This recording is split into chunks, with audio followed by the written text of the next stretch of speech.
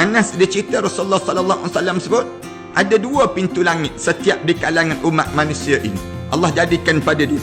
Pintu langit yang pertama adalah tempat amalnya. Amal yang Allah Subhanahu wa taala jadikan pintu langit untuk tempat amal ni. Sementara satu lagi pintu langit yang lain adalah tempat-tempat turunnya rezekinya. Tempat yang turunnya rezeki kita. Ada 2 pintu yang Allah jadikan untuk setiap umat manusia ni. Satu pintu amal, satu lagi pintu rezeki. Pintu rezeki ni. Lalu Rasulullah sallallahu alaihi wasallam sebut, jika seorang mukmin meninggal dunia, kedua pintu tersebut menangis kerananya.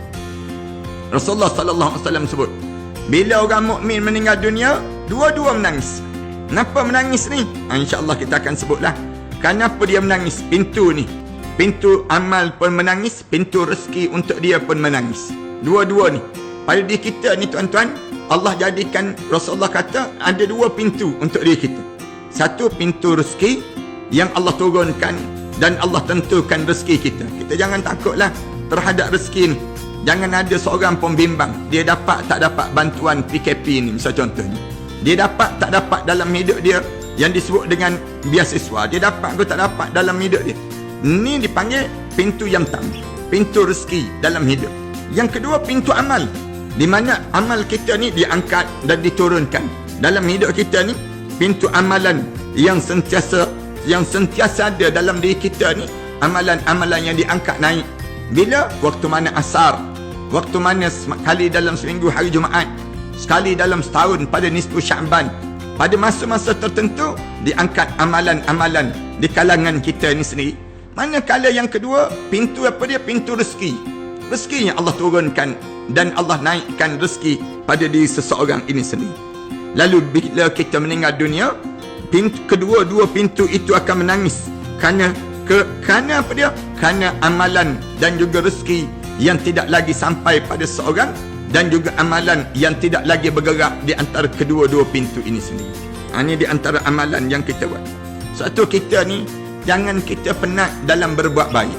Biarlah orang keji macam mana pun pada kita, jangan cepat berhenti bila kita berbuat benda yang baik.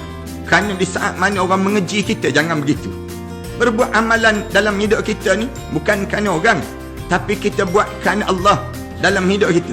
Bila kita buat kerana Allah dalam hidup kita, nescaya dalam keadaan demikian akan berterusan pahala-pahala yang kita dapat dalam hidup kita.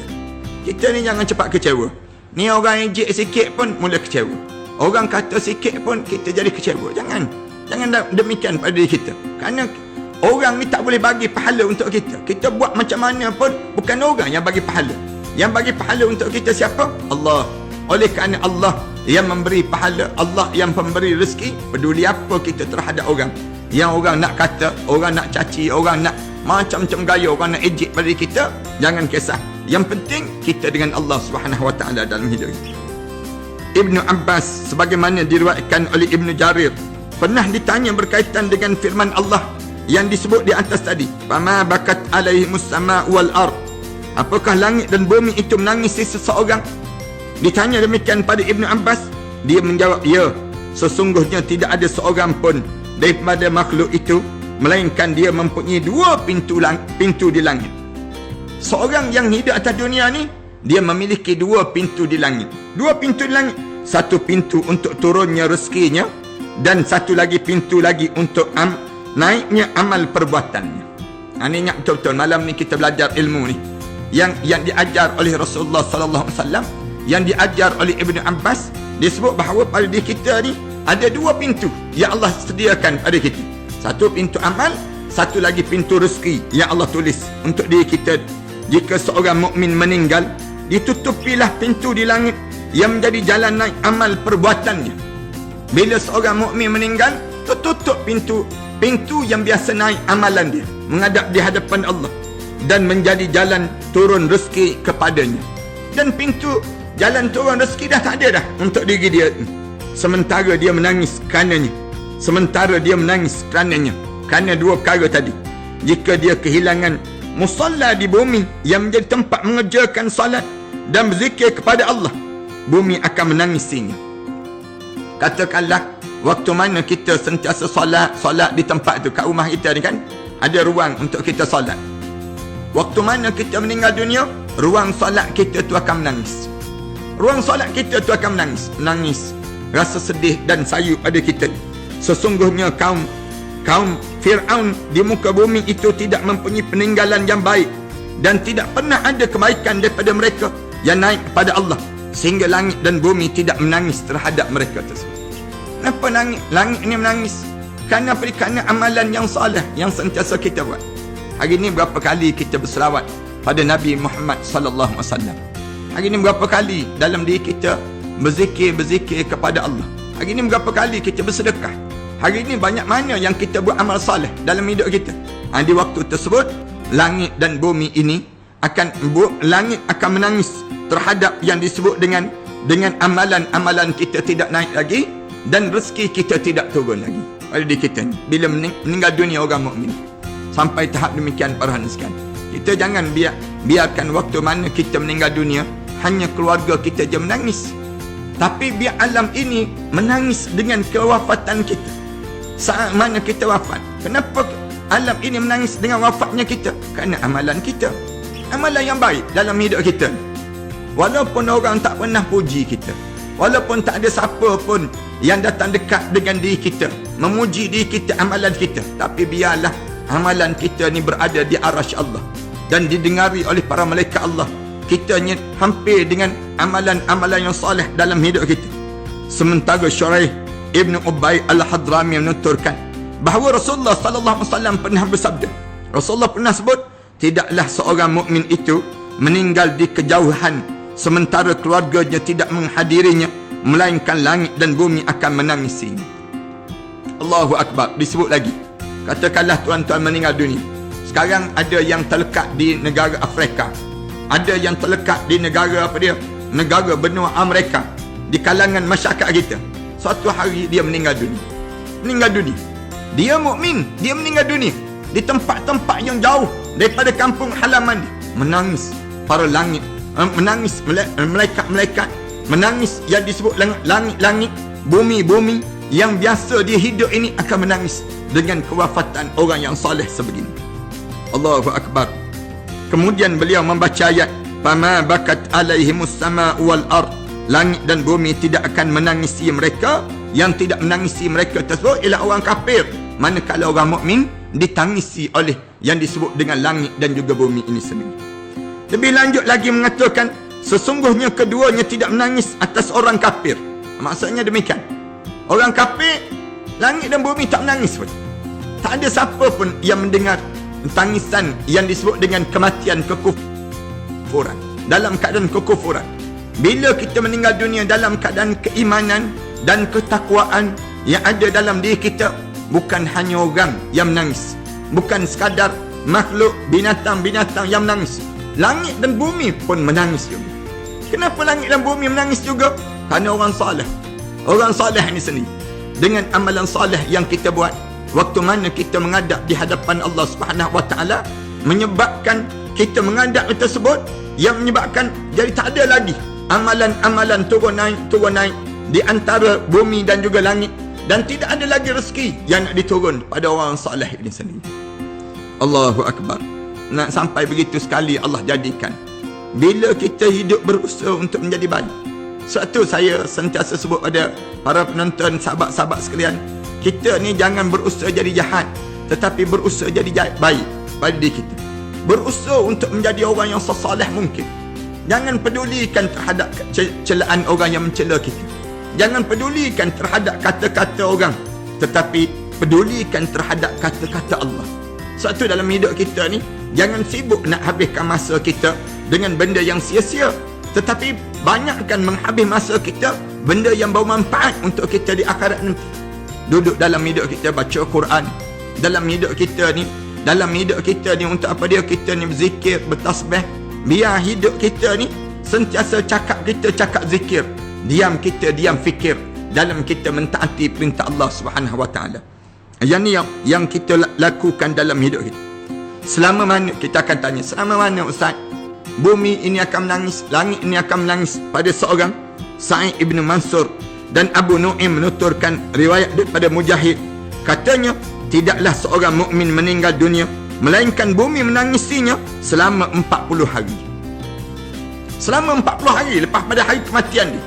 Start daripada hari kematian dia tersebut, nangis. Bumi ini menangis, rasa sayu, rasa sedih terhadap kematian orang mukmin ini. Bumi ini pun rasa sedih kerana hilangnya orang saleh ini. Demikian juga yang disebut dengan langit. Langit rasa sayu dan juga sedih kerana apa dia? Wafatnya orang yang saleh ini. Selama mana? Selama 40 hari dalam hidup seseorang itu sendiri. 40 hari para hadirin sekalian. Kita ni diajar supaya apa dia? Diajar pada diri kita ni, jaga pada diri kita, amalan-amalan kita ni, supaya kita ni bernilai. Jangan sampai peringkat adanya kita ni macam tak ada, adanya kita macam tak ada, ataupun tiadanya kita macam memang tiada pada diri kita. Jangan. Adanya kita memberi kebaikan pada ummah, menjadi manfaat pada orang lain. Rasulullah sallallahu alaihi wasallam sebut, khairun nas man yanfa'un nas. Sebaik-baik manusia orang yang membawa manfaat pada manusia yang lain. Seburuk-buruk manusia orang yang hidup dia menyusahkan orang. Hidup kita ni dalam keadaan yang membawa mudarat orang lain, kerana dia orang kelahi, kerana dia memecah belahkan dalam suasana kumpulan kekuatan orang mukmin, kerana dia menyebabkan keliru habis orang. Jangan jadi demikian. Jangan.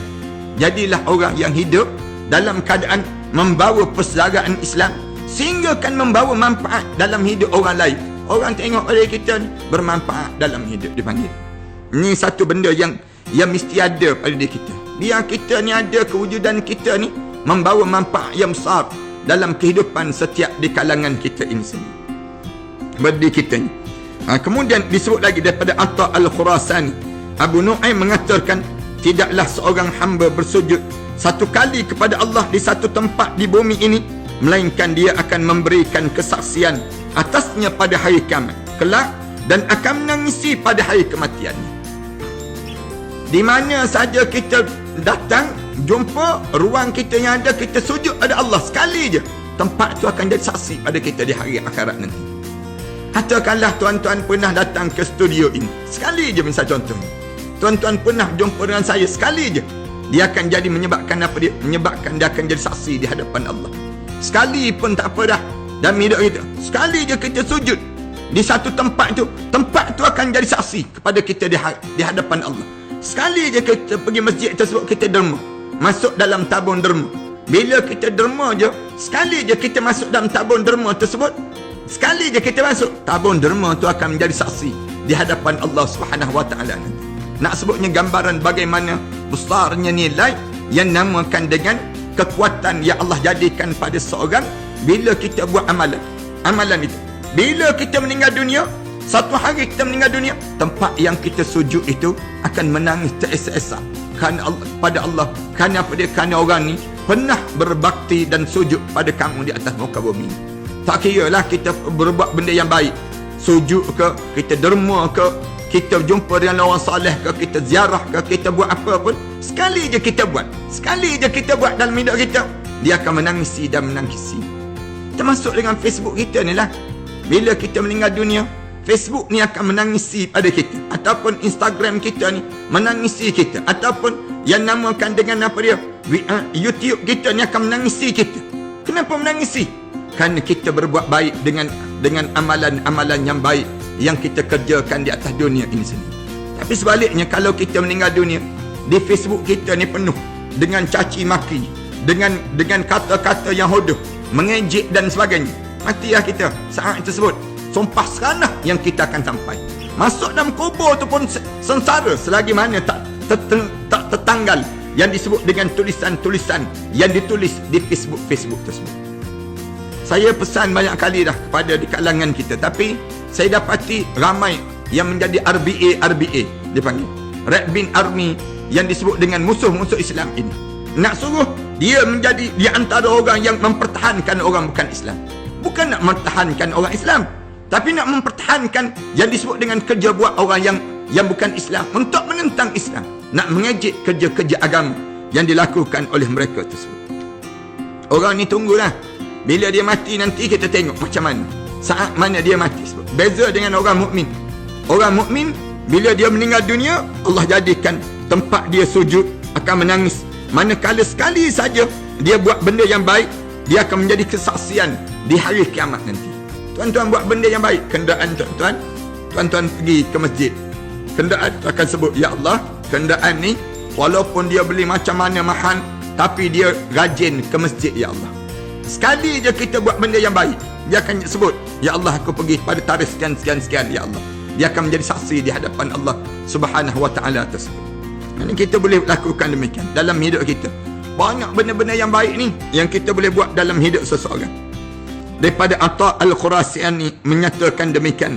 Sementara dalam Syu'bul Iman, Ibnu Abi Ad-Dunya, Ibnu Abi Hatim dan Al-Baihaqi menuturkan riwayat Ali bin Abi Talib karramallahu wajhah, beliau mengatakan, jika seorang meninggal, bumi tempat solatnya dan langit tempat naiknya amal perbuatannya akan menangisinya. Lebih kurang sama tadi juga. Maknanya kalau kita solat, di mana tempat kita solat, kadang-kadang kita berhenti tepi jalan. Saya pernah waktu mana pergi ke Sarawak, tak silap ingatan saya ni, bila nak pergi tempat yang disebut dengan pergi camah ni, jauh tempat tersebut sampai maghrib tu. Dalam perjalanan maghrib tu ada bersama dengan saya 2-3 orang yang dia kata tak boleh nak jamak Ustaz, tempat ni dekat tapi perjalanan dia jadi jauh. Tempat dekat je 40 km ke 60 km, tapi oleh kerana jalan sempit, dia kata saya kena berhenti Ustaz. Saya kata nak berhenti kat mana? Dia kata tak ada surau, tak ada masjid. Nak berhenti ni tak ada stesen minyak untuk nak tumpang solat dan sebagainya. Saya kata kita berhenti je kenderaan mana-mana, kemudian kita solat je di perjalanan begitu. Dia pun berhenti atas jambatan sungai yang mengalir deras kat bawah. Kemudian kami berhenti, kenderaan tak ada, kami berhenti je kenderaan tersebut, kami solat di hadapan tersebut. Jambatan itu akan menjadi saksi waktu mana di hari akhirat Allah Subhanahu Wa Taala nanti, kerana kita solat di atas tempat yang sedemikian.